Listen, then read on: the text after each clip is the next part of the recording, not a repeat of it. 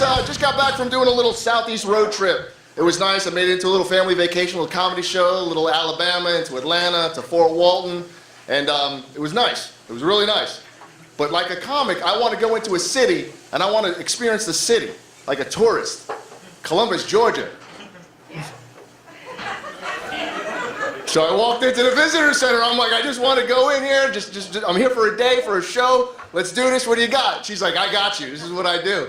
Little sweet lady in the visitor center. I got you. Adventure.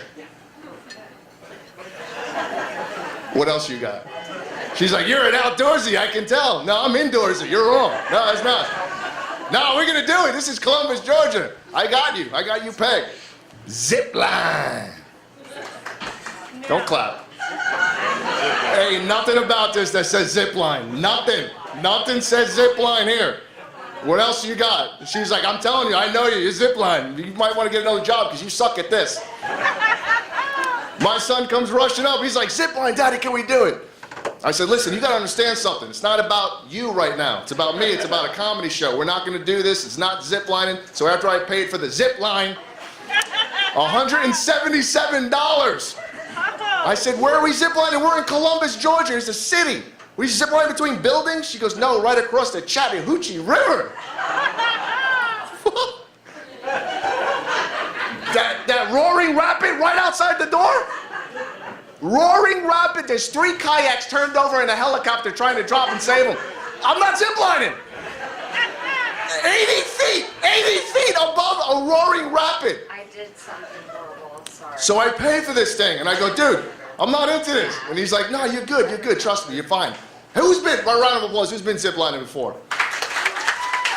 Oh, you stupid sons of bitches. Listen, this ain't cool, I'm not into this. So he puts us in this contraption. This looks like you're a gay man in a sex shop contraption. This doesn't go in a strap, a lot of straps. Pushing all my man parts to one side, having things bulge out where they're not supposed to bulge out. And they're like, don't worry, you look good. Don't lie to me. I looked in, I caught my reflection in the window of the building. We all know what I look like with straps on. I look like a can of biscuits. That's not, don't laugh, that's not funny. And I'm looking at the dude and I hear, that's back fat, that's coming out of the strap. I walk across the street to the tower. It's 8 stories in the air. This tower doesn't look stable. I'm a contractor.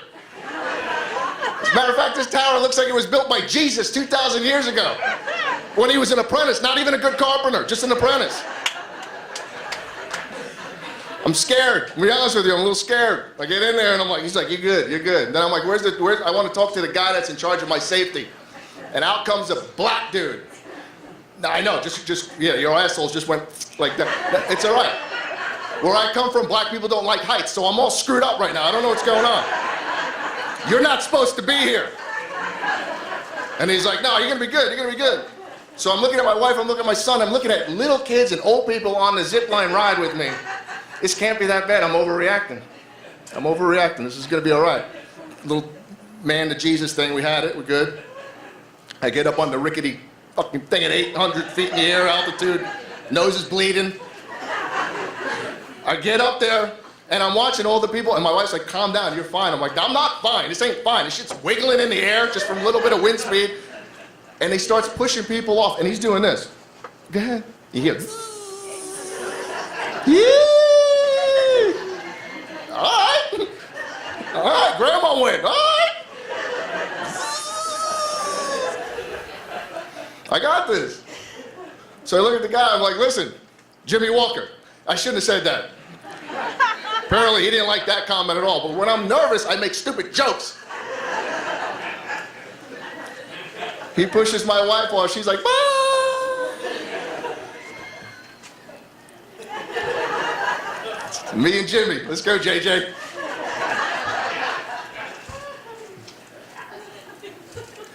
JJ gets me. JJ doesn't shove me. JJ. That's JJ. JJ's an asshole. But before JJ let go of me, JJ does this. spinning at 150 miles an hour across the Chattahoochee. Even the guy in the kayak upside down is going, "You're screwed." I know. I am roaring to my death. I swear to Jesus. A bald eagle flies across the Chattahoochee. God strike me dead if I'm lying. A bald eagle is flying over me. At one moment, I think it was a bald eagle because all I saw was starting to slow down a little bit around the middle of the Chattahoochee. And the bald eagle gets to me and he looks at me, he's like,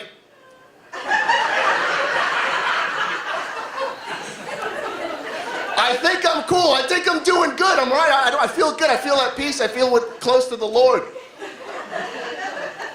And I start rearing 150 miles an hour towards even a shittier rickety shack that I'm supposed to land on. And I didn't know this, but my wife was videotaping the whole thing. And I went home and I played it, and I didn't know it, but there was this sweet little old lady next to her, and she's like, "Oh my God, she sounds terrified. How old is your daughter?"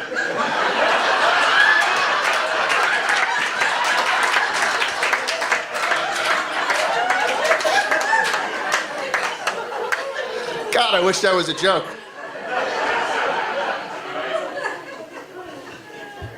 Still making payments on that, don't worry about it.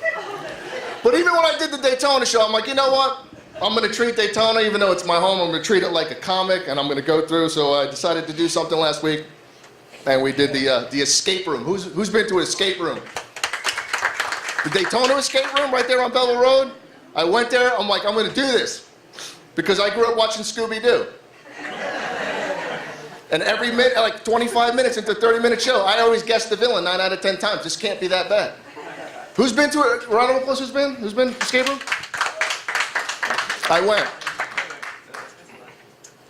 I shouldn't have went. No mystery machine for me. Didn't help me at all. I got in there, I sucked at the mystery room, I stuck at the whole escape room. We chose the worst one, 75 minutes. It's supposed to be 60. They gave you an extra 15 minutes. That's how hard this is. I went in.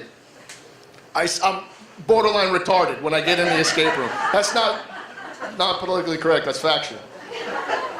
Luckily, I was with 7 other people that knew what they were doing, and they got us out with 12 seconds to spare under the 3 clues, and we got our pictures taken, dignity redeemed.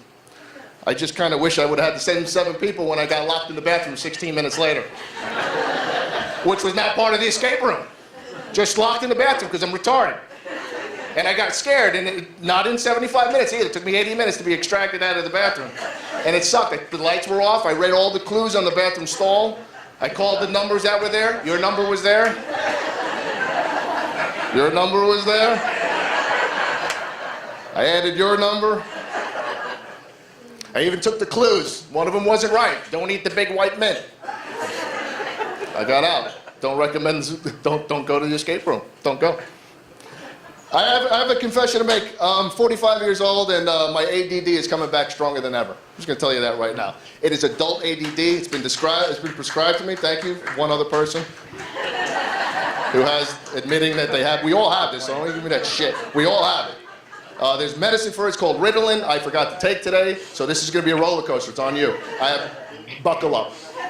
Staying on point is going to be tough. I blame our cell phones. Our cell phones are just making us. We're just too dependent on them. We are. They suck.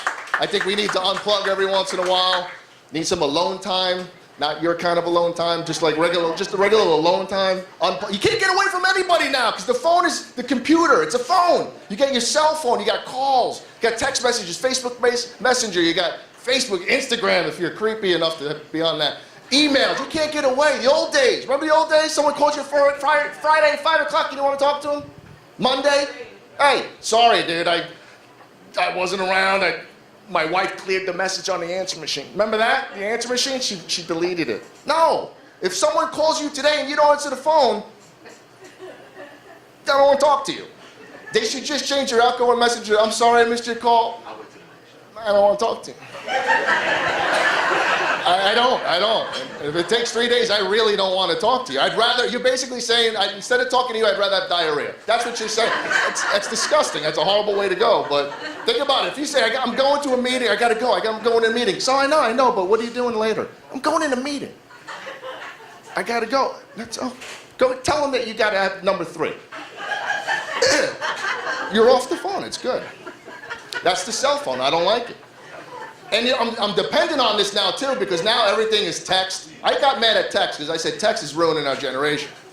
Because everything's shorthand, everything's abbreviated. I don't understand what ROTFL, Mayo things. I don't know. There's like a secret decoder ring to figure out what the hell you texted me. Now we got voice-activated text. I could do an hour and a half on how that butchered the language. I just sent a text to a buddy of mine the other day. I'm like, Frederick, want to give me a call if you got some time? I don't know what happened. He sent me back. He's like, what the hell are you sending me shit like that for? Frederick, give me a call if you got some time. What the hell is going on? I said, Frederick, give me a call if you got some time, if it's not too late. Exactly. It picked up, hey, Dick, lick my prostate. I didn't say that. I swear to God, I didn't say that. I wouldn't say, it's not something I would say. That doesn't make sense. I don't even know how to lick I don't know how to lick a prostate.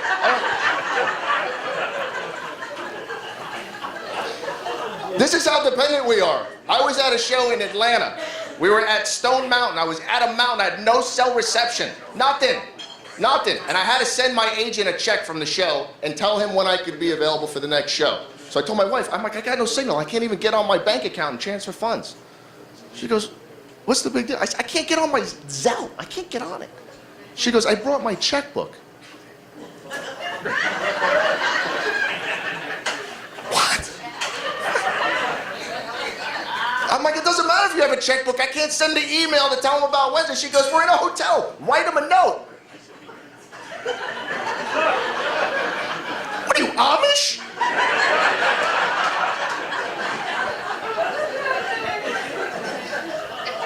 She hands me the pad, and I'm like, what the fuck?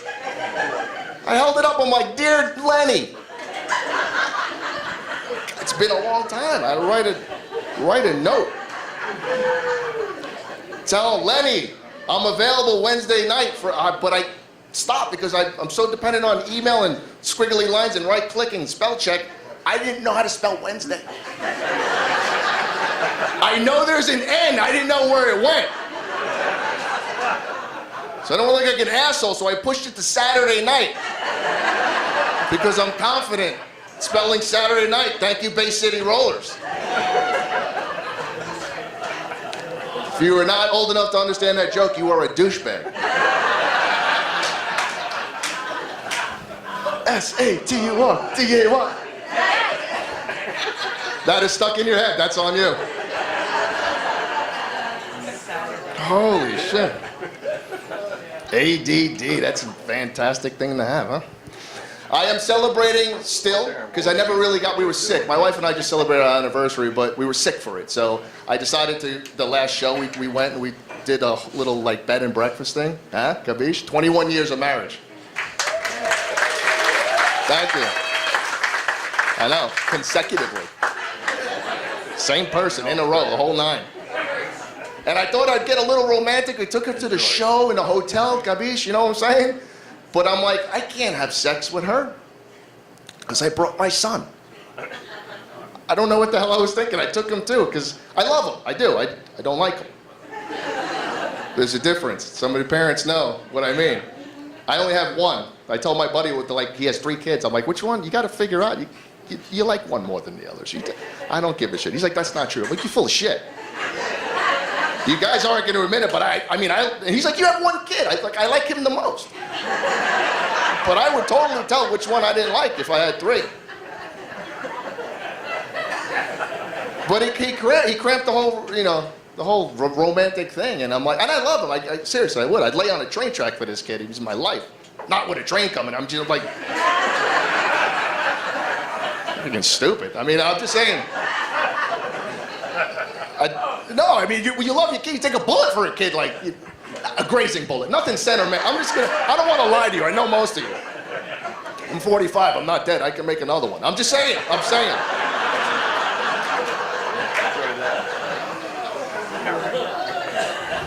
But I can't have that romance. He's not like when he was 2. I'd take him, I'd give him a couple of shots of NyQuil, we'd have date night, like everybody else does.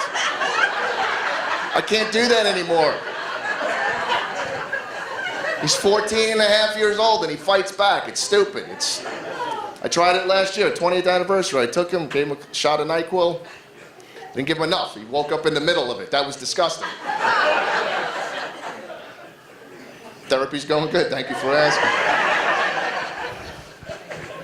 I'm jealous of him. That's why I don't like him. I'm jealous of him because he's going to be 15 years old, and some of you know him. He's beautiful. He's 15 years old. He's beautiful. He's athletic. He's not awkward. He's not the 15 I went through. Yeah, with the zits. I mean, if I went home, I'd be like, something popped. That's awkward. In the middle of a hallway in school, right on a girl. It was disgusting. This guy's good. He's fit. He's 15. Everything he does turns into a muscle. That's stupid. And he walks around without a shirt and he knows it. And I'm like, put your shirt on. He's like, why? God, just put your shirt on. Everybody was sick in the house. We gave it back and forth to each other. It was like a coughing. Some of you still have it. Coughing like a maniac. He coughs and stomach muscles develop in this kid's stomach from coughing. He coughs. He had a coughing frenzy. It was like Jiffy Pop under his shirt. And they stayed there. I had the same coughing frenzy. I shit my pants. That's all that happened. That's all that happened. All over myself.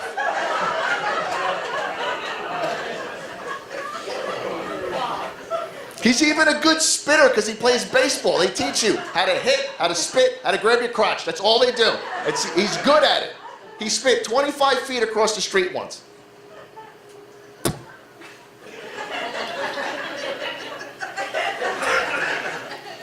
I'm pitching to this kid. I'm like, I'm his father. I taught him how to play baseball. I'm like, come on, let's go.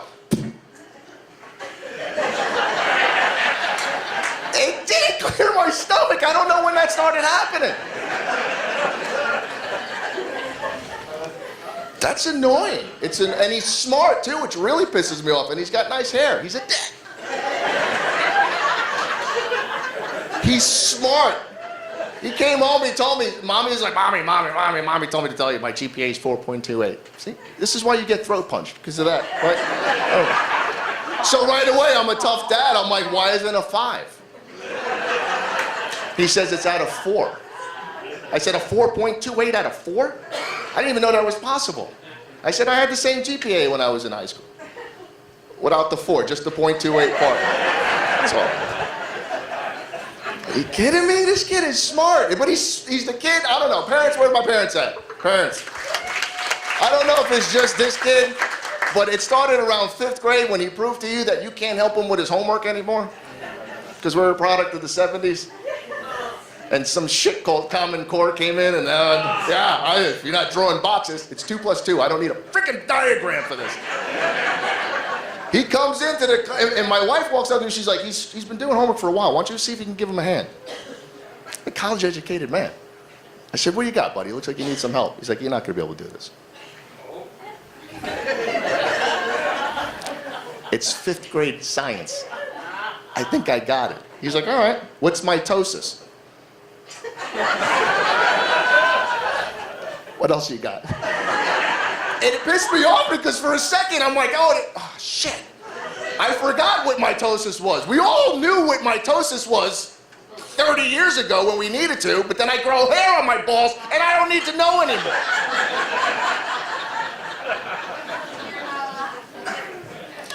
I didn't know. He's like, you don't even know what mitosis is? I'm like, I do. It's those 5 little things sticking out of my footses.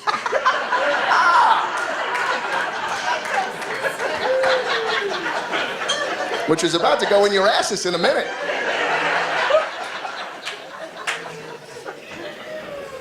What a jackass. No, but my wife, she's a great supportive person. Not really materialistic either. She's not. She'll give you something before she takes something herself. Some of you are materialistic, I could tell because your husband looked miserable, but it's fine. But, you know, her girlfriends come up to the house and always remind me about the anniversary, the big anniversary thing. That there's some kind of calendar that says what you're supposed to get for every year of marriage. I didn't know this calendar actually. Fellas, you know about the calendar? It tells you. No, look at him. He's shitting his pants right now. He's freaking. Let me just give you a hint. Can't find the gifts at CVS. They're not there. And her girlfriend last year, in 20th anniversary, comes up to me and she's like, "Did you?" I'm like, "What? Get my finger stuck in a jar? What are you doing with that?" She's like, 20 years. Precious stone. I'm like, "Put your finger away. I got it already." She's like, "I didn't see it on her finger." I'm like, "I know. Your elbows are on it. Granite countertops."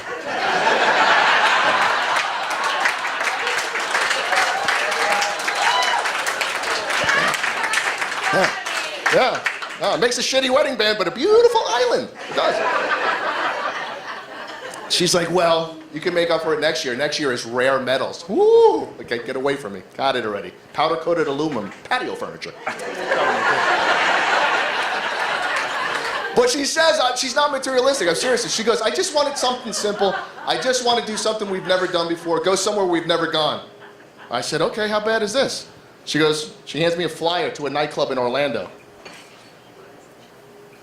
I look at it, it says, "The Bangkok." Some of you've been. I said, "I don't think we should go. I get diarrhea from Thai food." She goes, "It's not a restaurant. It's a gay bar."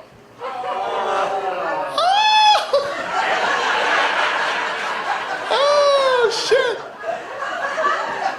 Yeah, it's a gay bar. And I'm like, I've never been to a gay bar. Who's been to a gay bar? Round of applause. I know we got Hamburger Mary's right up the street. Who's been?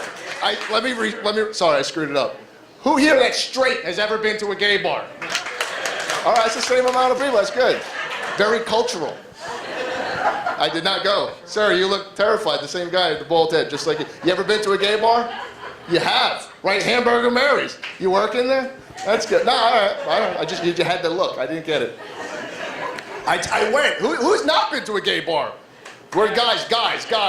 You've never been? Sir, you've never been? Really? You look like you would have went there. Really? No, Ernest Hemingway, right there at the bar. He's right there. Wrote his last novel, right in the same bar stool. That's cool. Is that your wife? No? Girlfriend? All right, good. You should go. How long have you guys been dating? A year? Go. Seriously, it's good it'll bring you closer. Yeah. No, I never held my wife so close as I did the night we went to the gay bar. All right. Oh, not even funny. I held her so close that she was uncomfortable. That close. And she's like, "What are you doing?" And I'm like, "Shut up." And she's like, "Seriously, get away from me." I'm like, "Not tonight. Tonight we're together. Do not walk away from me." And she's like, "You're an idiot. What do you have to worry about? Relax. Seriously, maybe we should see other people. After tonight, fine. Tonight, we're together." And she looks at me like the nerve. She's like, "What do you have to worry about? You're so conceited." I'm like, "I get it. This may not be a lot to offer at a gay bar, okay?"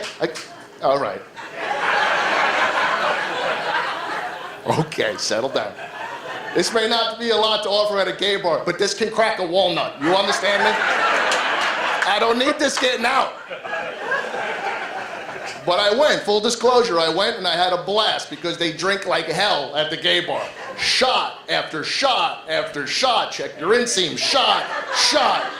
It's sick. And I had a good time apparently because I read it on Facebook. It was good. But I'll tell you why I like the gay bar. Because I get compliments. And I don't give a shit. After 21 years of marriage, I don't care who gives them to me. I just want to hear it once in a while. I don't care. A guy comes up to me, he's like, "My God, you have an ass like a crack." I know. Thank you. Yes, I will have another drink. Look at my wife. Is that so hard? Which you never want to say at a gay bar. It's not supposed to. We had a lot of shots. A lot of fun. Then I ended up getting a lap dance from a chick named Hector. Yeah.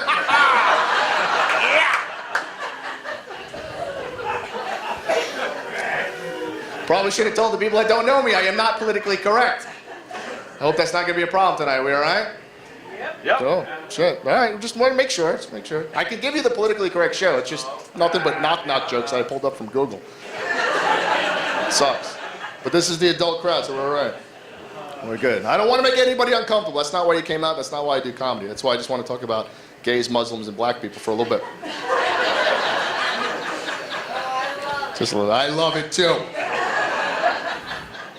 Nah, it's not. Actually, Tell It Like It Is was talking about the Muslims. I actually got a show, we get an itinerary, and I got a letter from my agent that says, no Muslim jokes. Which I thought was really weird to get a letter like that. And I didn't have a Muslim joke till I got the letter. That just pissed me off. It's like the Atkins diet. Don't tell me I can't have something, because I want it, even if I don't like it. It's psychological. You have to be on the Atkins diet to understand that reference.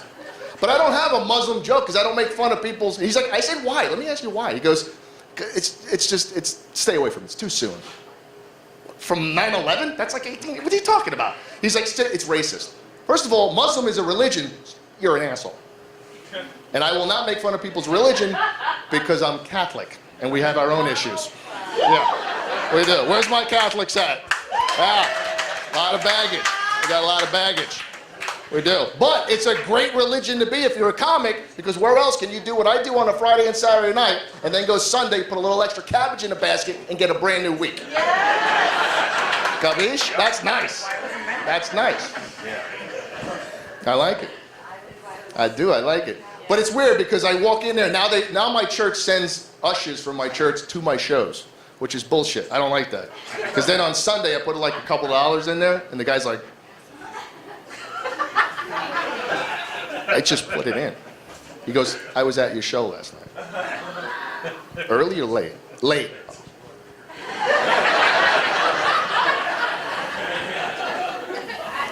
The only basket in the whole church that comes down the pew, it's got a credit card machine on the side. That's crap. That's not religious. That's bullshit. My son's getting ready to make his confirmation, and I'm standing in for his sponsor who's in New York. So the guy goes, the priest goes, you staying in for him? I go, yeah, I'm staying in. He goes, all right, well, you got to go do confession. Oh, shit. I don't think that's a good idea. Because what's the first thing you do in confession? Lie. Yeah, it's the first thing you do, because what do they say? What was the last time? Oh, shit. Last week. How long has it been since your last confession? Last week. October of '79. I'm sorry. I know. It's terrible. It's terrible.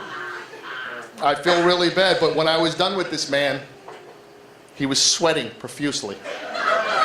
He kicked open the door to the confessional, and he's like, Jesus! I'm like,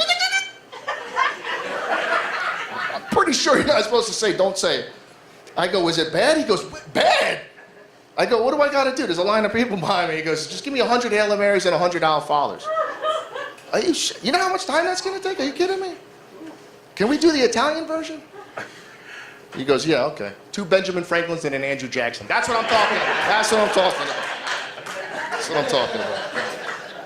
I love it. But if you're Muslim, you're here tonight, and you're Muslim, you know, I don't know what to say. I don't know. I had a Muslim at my last show. He sat right at the front of the stage, arms crossed, pissed off, and he sneezed, and I'm like, God bless you. Allah you. I didn't know what to say. I had no idea. It was weird. Everybody got tense like they are now, and I'm like, I don't know. I looked at him like, I don't know. What do you say to a Muslim? Don't shoot? I don't know. I don't know.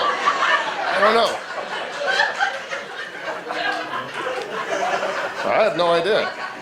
If you're Muslim and you're offended, kiss my ass. I'm carrying tonight. I'm back in Florida now. Yeah. But you gotta admit, it's kind of funny the way they pray, even if you're Catholic, because that's freaking hilarious. Head down, ass in the air. I cannot be the only guy that finds that funny. That's funny. That's funny to me. I've only seen that move one other time in my life, and that was by my cat, who apparently is converted because now he only answers to Muhammad and won't eat his food because it's got pork in it. Too far. That was too far. That's what they were talking about in the letter. I got it. But I don't know, if you're Muslim, enjoy the show. We'll have a drink or something. Whatever you're allowed to do. Beef jerky or no, not beef jerky. If you're Muslim, don't be offended. Don't be offended. Yeah, pork jerky. That sounds disgusting. That sounds really disgusting. But no, if you're here, don't worry about it. We'll have a good time. But with that said, I'm still not flying with you. I'm sorry. I'm not. No, I'm not. That's not racist. That's factual. I'm sorry. Wow, that got tense. You guys clammed up a little bit. I'm surprised. Quick, let's talk about the black people. It's okay as long as you say people. That's what my family does. I don't know why they think that's good.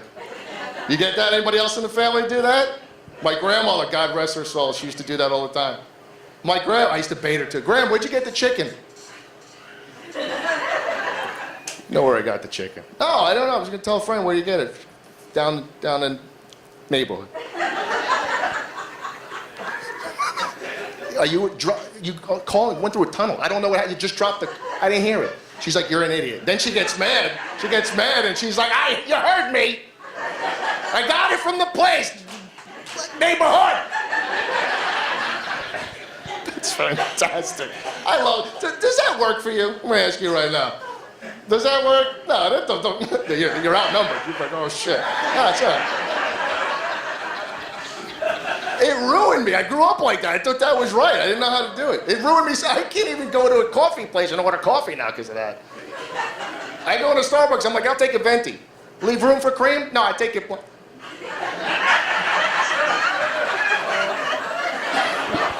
I panic. I didn't know what to do. She's like, sir, I can't hear you. There's 50 people here. I'm like, And my son, he was like 7 at the time. He's like, he takes it African American.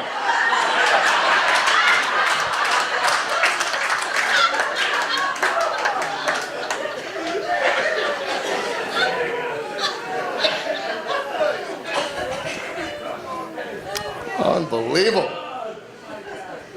I talk a bunch of shit up here. I'm not a tough guy anymore. I used to be. Then I moved to Florida and got a vagina. I don't know what happened. I have no idea what happened. I don't know. Just what, vaginas? Okay. Where were you when I was 18 years old? I was using my imagination. What is that, a vacuum house? That'll work. Handed them out. I missed that day. We just had bake sales. No, I used to be tough. I grew up in Queens. That's when you grew up in Queens, you had to do it. I was an only child. I lived in Queens. We played baseball in gravel parks, right? I rode subways, hung out on platforms. If I didn't have a brother to talk to, I talked to homeless people who was pissing on himself. That's what we did. That's what you did in New York. You grew up in Queens, you were around pee all day long. Do you know what that does to a child's sense of smell? Ruins you. To this day, I can't even tell the difference between really bad body odor and really good chicken noodle soup. I got nothing. It's destroyed.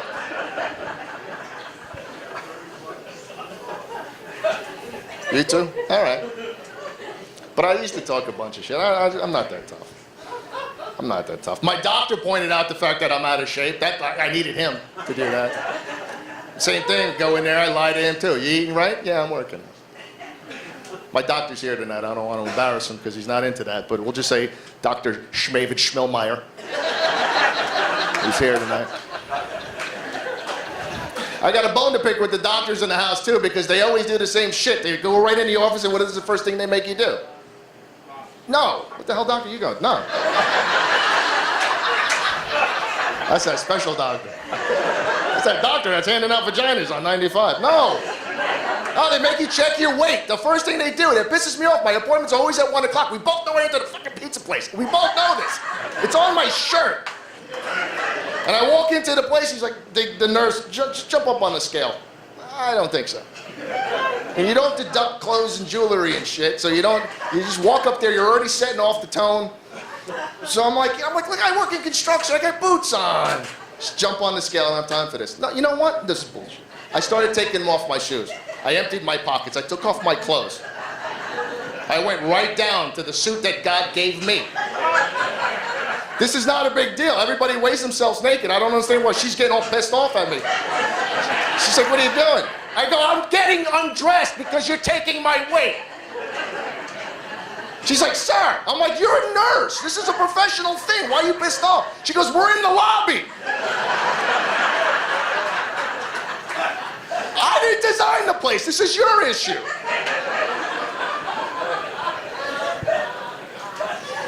Not allowed back to Mr. Schmilmeyer's office anymore, and I'm not allowed in Publix anymore.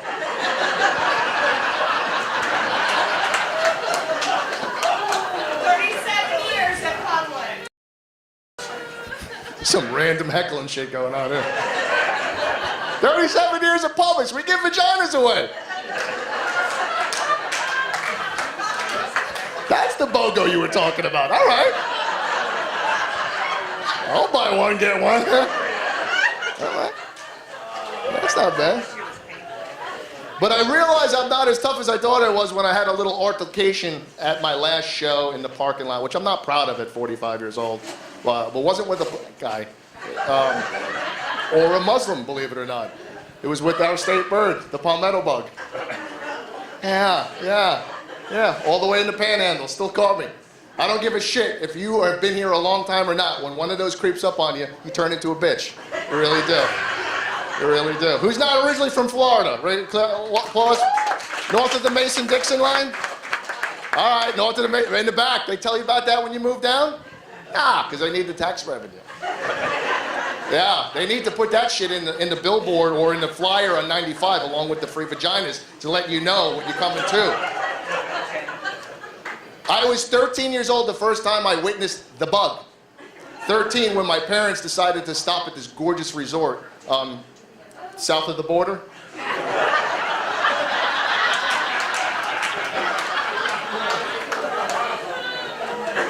What a crap fest that was. You remember that place? You had to go there as a kid? Yeah, all those billboards. Pedro says, you're almost there. Like 300 miles he's been talking to. Pedro never said shit about that cockroach. Which are big. Big to the point where, like, when I got there, it held the door open for my family. That's big. That's big. That's big. I remember the first time I had a real encounter with it as an adult. I was 18 years old. I just moved here from New York. I'm with my girlfriend. I have the lights off. We're in her apartment. Everything's off. I have my shirt off, all right? A long time ago. Eyes up here. Just... You too, sir. Eyes up here. Watch me. You're at the Bangkok. I saw you there. And she had her shirt off, Kavish, because she was like, whoa, like yours. They were like, no, seriously. It's a compliment. Just, look, that dude almost fell off the stair. Just show him real quick. It's Daytona. It's almost bike week.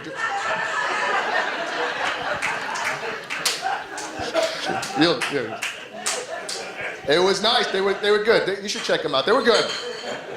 But I'm with my girlfriend, and I'm sitting on the couch with her, and it's pitch black. There's a little bit of light coming from. And I'm trying this move where you kind of go over the top, and you try to touch them, which is weird, because some of you are doing it now. This is weird. So I'm sitting there like this, and I'm concentrating on what I do.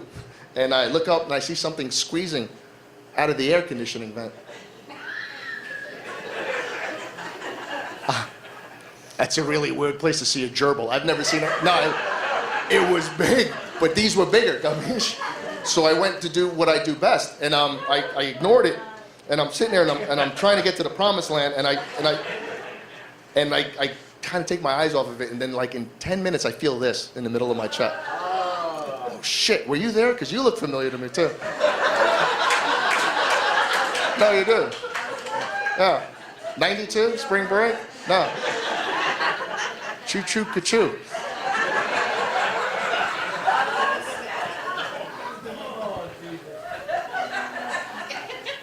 I feel that. I'm thinking, you know what? It could be her Lee press-on nails playing with those 4 or 5 chest hairs that came in that week. I don't know. It wasn't. I looked down.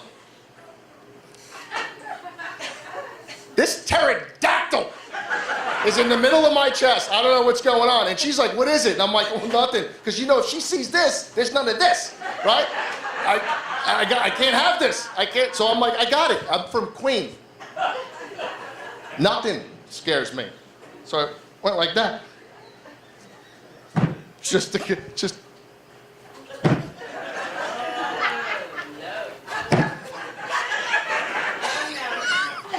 If you don't own a flip-flop, that ain't happening. Because they go between the little grips in your shoe. Now it's just pissed off with one broken leg. It's doing this. I'm not ready for this. This ain't worth that. And she's looking at me and she's like, oh, what? So I'm thinking to myself, I'm not going to bitch out. This is a fight or flight moment for a guy. And I looked down and it started to do shit we had cockroaches in New York. They didn't do that. It started to rear up.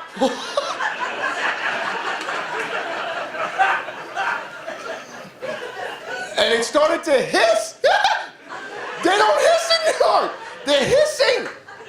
And then it started flashing gangsta. What the hell? And I see this thing getting ready, and I'm thinking, it's okay, because this is what's going to go down. One to the body, one to the head. That's how this is going to go down in my mind. And it starts to do something I'm just not ready for at all.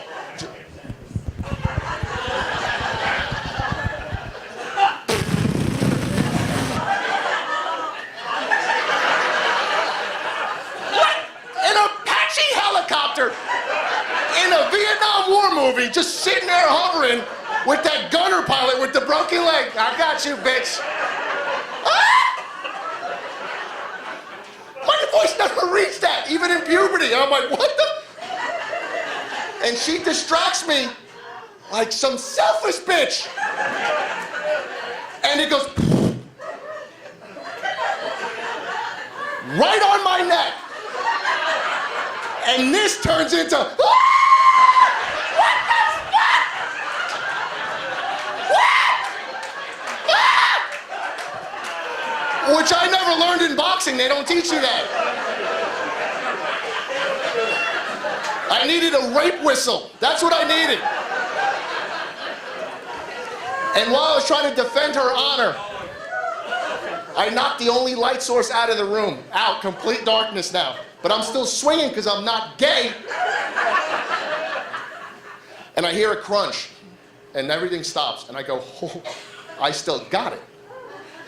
So I fumble around for the lamp, I turn it on, and I realize two very important things. One, I realized one of us, I don't know who, one of us may or may not have shit all over themselves. I don't know. It's not that important.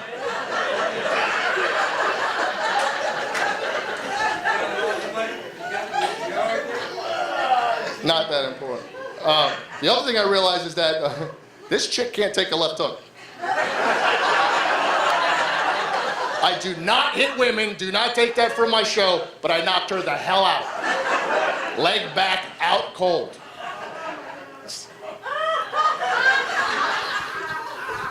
Sad thing is, this doesn't end. Fast forward to about 3 years ago. I'm in the house with my wife. I'm sorry, we're in a hotel. It's a show. We're in a hotel. It's a suite, so we're in the living room. My son's got his own bathroom. It's beautiful. He's like, Dad! Dad! Dad! There's a palmetto bug on the wall. And I'm like, oh, hell no. No. Call someone. This is what we're paying for. And my wife's like, go do it. You go do it. I said, and I'm like, he's 13 at the time. This is his time to learn. This is a teaching moment. I was terrified. I didn't want to go in there. He's like, Dad, and he's your son. He's calling for you. And I'm like, I didn't say it. I mouthed it. So my wife's like, come on. And I go, all right, I'll go. So I go, dude, why are you acting like such a girl? I think I peed. I don't even, the 20 years ago was coming right back to, and I'm sitting on it, and it's right there. It's so big. And it's right there on the wall. And I'm like, oh, God. And he goes, what do? I go, kill it. And I'm like, bitch, I don't know why I said that. Shouldn't have said that. And he's like, how? So I go, dude, it's real easy. And right now, I'm praying. I grab the towel. I go, yeah, just flick it. And I flicked it. And it disappeared. It's gone. And I'm like, oh. I didn't obliterate it. It's missing. And it's on the towel. And it does the same thing. Oh, sweet Jesus. I know it's coming. He doesn't. I do.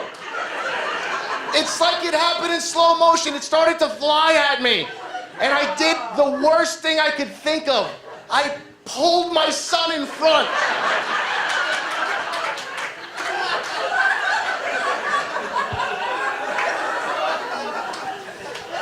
Oh my God, I did. Right in his face. I did that. And then the lady I told him this joke, and the lady goes, all you had to do was use hairspray. I must not have packed it.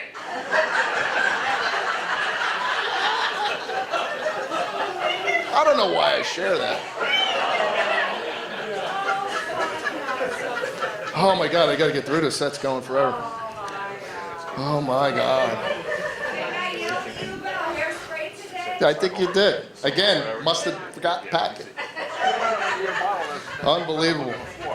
I tell you what, I got my son. I love my kid. I coach. We have baseball. We have baseball parents out here. Yeah.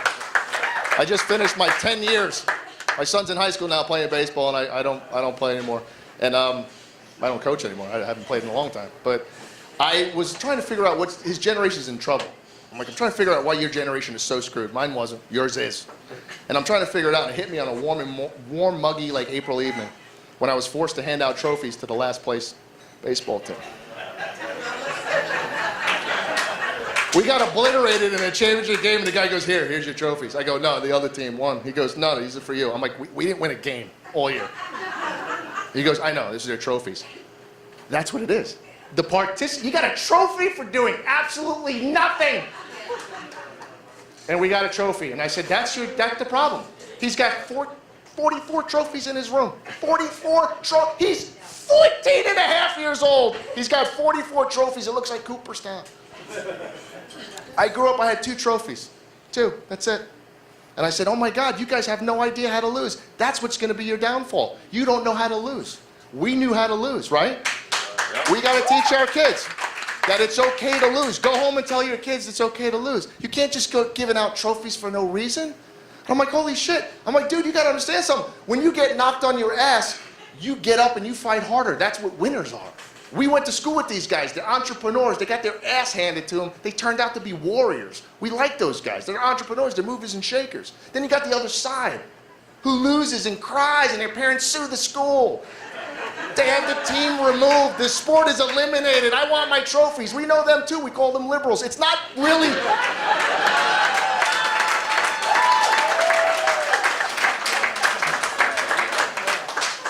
It's okay to lose. Stop giving everybody... There's no value to the trophies because everybody gets one. Who had less than 5 trophies growing up? Round of applause. Less than 5 trophies. I had 2 trophies. Anybody had 2 trophies? 1 trophy. Oh, you're okay. You're borderline retarded. It's okay. But well, those trophies had value, right? What was the bottom made out of? Wood. Would you play with Abraham Lincoln? Marble, thank you. Holy shit. We had to chop them down ourselves. Marble, value. And every 6 months you had to work that freaking wing nut back. For some reason it just undid itself. Value. Now my son's trophies, they're plastic. They're farble, fake marble right across the... There's no weight to them. We had weight to our trophies, even if they were this big. And the toppers were brass, right? These shits are plastic. Did nothing. I got hooked up in it. We caught a World Series. We won it. World Series. We won. Got in the center of the field. We hoisted up the trophy. Just kept going. Like a lantern. Never came down. That's light. I said, my God, your trophies are shit. I said, my trophies, and I'm looking at my son's trophies and I go, oh my God. Like, okay, I'm just going to go there. It has no penis. My trophies had penises. My trophy had a gigantic, bulging penis on every one of my trophies, like a boxing glove in his pants,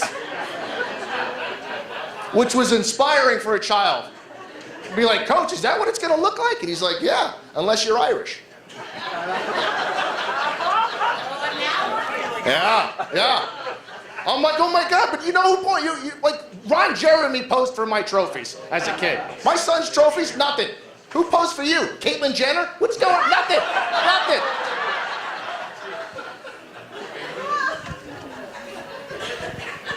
No value. We had a Puerto Rican lady in the neighborhood. 16 kids. That's not racist. That's factual. All stud athletes.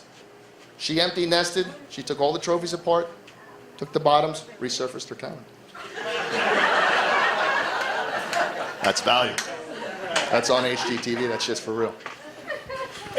Speaking of, I got a little merchandise I'm going to sell after the show. It's pretty cool. I like it. They're only $5, but it's a little memento from the show if I can get it out of his pocket. This tight-ass jean freaking pocket that I'm still making payments on. That's a very pretty coat. Thank you.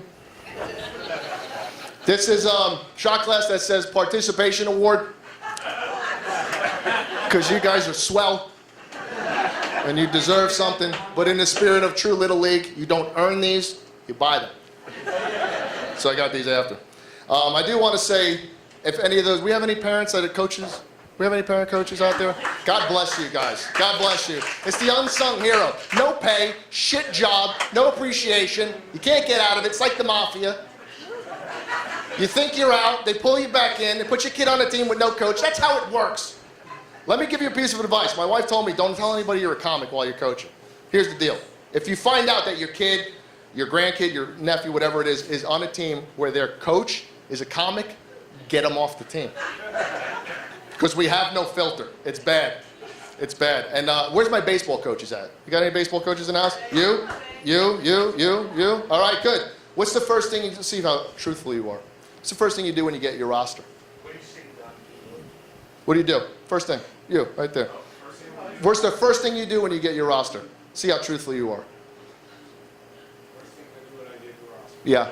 I want to know who the parents are. Yeah, you're an asshole. Listen. I just wanted to see if you're going to tell the truth. You're not being truthful. Let me tell you what we do. We scan it for Puerto Ricans. We need a shortstop and a number 4 hitter. That's what we do. That's what you do. I got my roster in 11U. 11U. Give me a second. That's what gives us a chance. 11U. I get my roster. I'm scanning for Puerto Ricans. I got nothing. I look down the list. I got the first guy on my list, Chin Lee. Not looking good. I scroll down a little bit. I see Pulaski.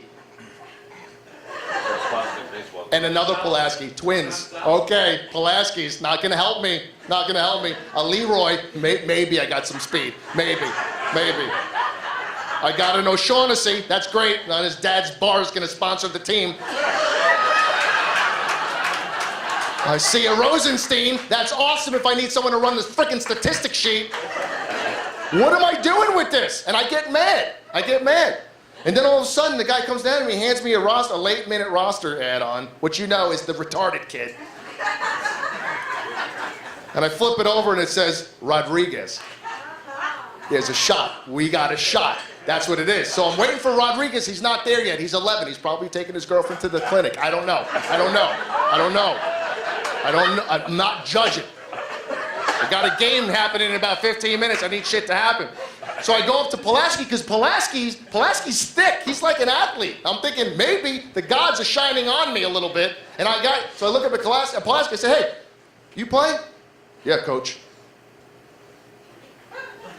The way he said it, yeah, coach. I said, you play good? He's like, pretty good. Starter. A tear started to come out like the Indian from the pollution commercial from our childhood. Started right there. I said, please tell me, just please. And I go, what position you play? He goes, center.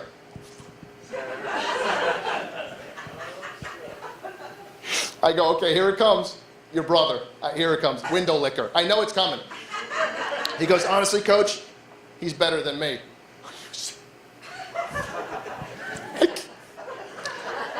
I'm gonna cry. I said, okay. I said, hey, what do you play? He goes, tackle.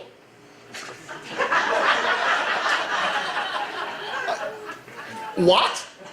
Yeah, we're center and tackle, sometimes left guard. That's why you're Pulaski.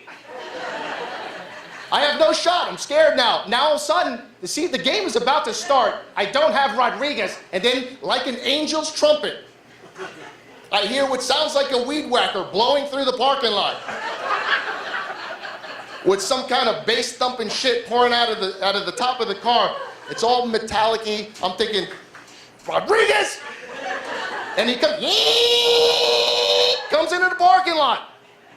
And it was like the natural dry ice pouring out of the top of this guy's car. The music's thumping. Out comes Rodriguez. I'm like, oh my God. And then I look and I see he's wearing a Yankee hat. Oh my God. Why? Because we're the fucking Yankees. And he comes out, and then I realize the sun is bouncing back in my eyes because his hat is bedazzled.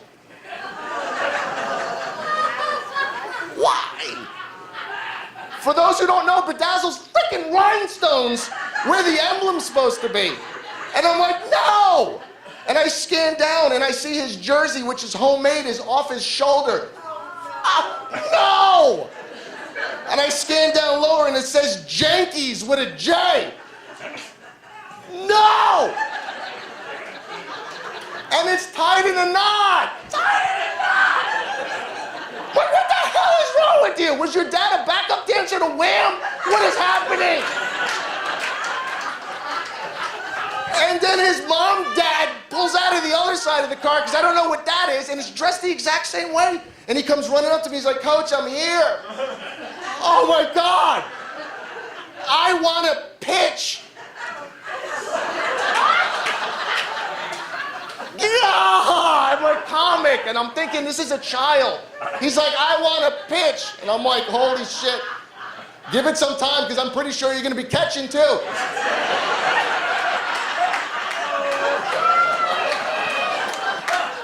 And he comes up to me, he's like, I want to pitch. I said, well, then show me what you got. And he gets the ball and he goes like this. Clearly you're a righty, try the other hand. You gotta get the hell out of here. You can't be in the infield. He's like, why not? I said, because you gotta have a cup. Can't be in the infield without a cup. He came to the next practice with a cup on the outside of his pants.